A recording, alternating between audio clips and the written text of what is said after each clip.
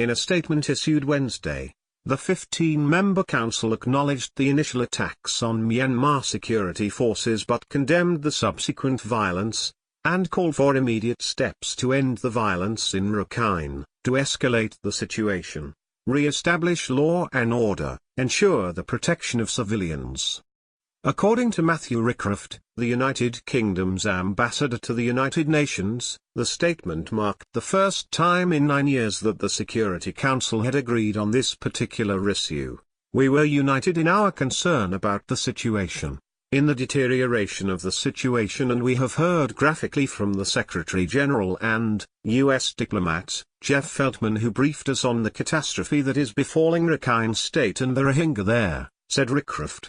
Earlier on Wednesday, UN Secretary-General Antonio Guterres said that the crisis involving the Rohingya Myanmar's Rakhine State had become catastrophic. Grievances that have been left to fester for decades have now escalated beyond Myanmar's borders, destabilizing the region. Guterres told reporters at the United Nations the humanitarian situation is catastrophic.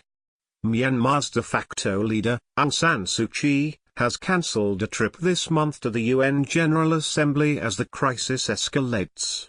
More than 370,000 Rohingya have fled to Bangladesh to escape violence since August 25, according to the United Nations, an average of almost 20,000 a day.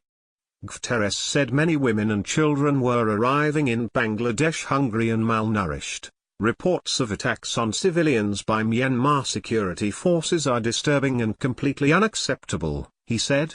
U.S. Ambassador to the UN Nikki Haley tweeted her gratitude to Bangladesh for taking in the deluge of refugees. We thank Bangladesh for hosting hundreds of thousands of refugees, fleeing violence, with nowhere to go.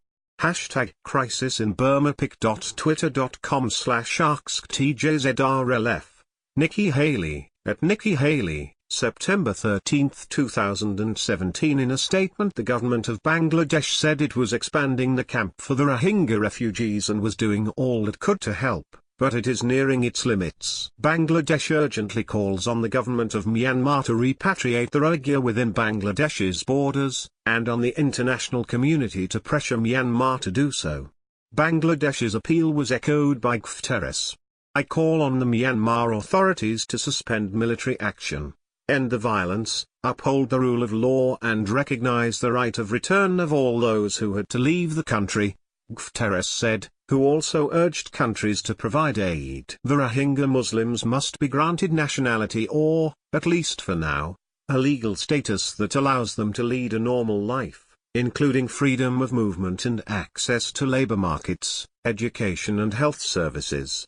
He added. Suu Kyi has been repeatedly criticized over her response to the crisis. A spokesman for the presidential office in Myanmar said Wednesday that Suu Kyi had called off her upcoming trip to the 72nd UN General Assembly in New York for two reasons. One is the current situation in Rakhine State. We have terrorist attacks and also there are many works on public safety and humanitarian works, spokesman Zarte said in a statement. And the second reason is we have received reports that there are possibilities of terrorist attacks in our country.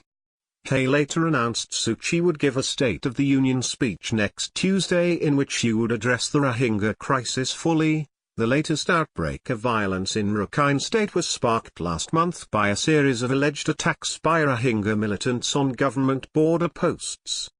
The actions of Myanmar's armed forces are believed to have intensified following the recent attacks, and UN Human Rights Chief Zaid Ra'ad Al Hussein described them Monday as a textbook example of ethnic cleansing. Refugees are pouring across the border into Bangladesh, bringing with them stories of murder, rape and devastation. Some have been injured by landmines they accuse Myanmar of planting along the border, while others described people being tortured to death or burned alive.